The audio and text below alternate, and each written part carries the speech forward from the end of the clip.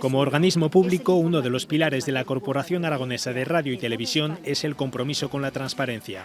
Un esfuerzo que han premiado precisamente los encargados de auditar su labor, los censores jurados de cuentas. Destacando sobre todo pues cómo está utilizando la capacidad que tiene, ¿no?, de medios audiovisuales, de televisión, de radio y de canales digitales para hacer una labor que incite a la transparencia ya no solo de su propia información financiera, sino también de otros organismos o de otras empresas.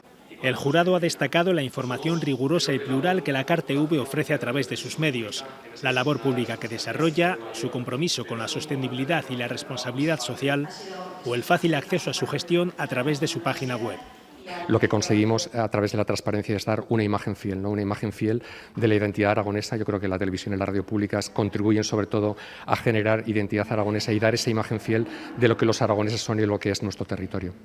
El premio, además de como reconocimiento, va a servir, según el director general de la corporación, como motivación para aumentar aún más el compromiso con la transparencia. En permanente evolución, positiva.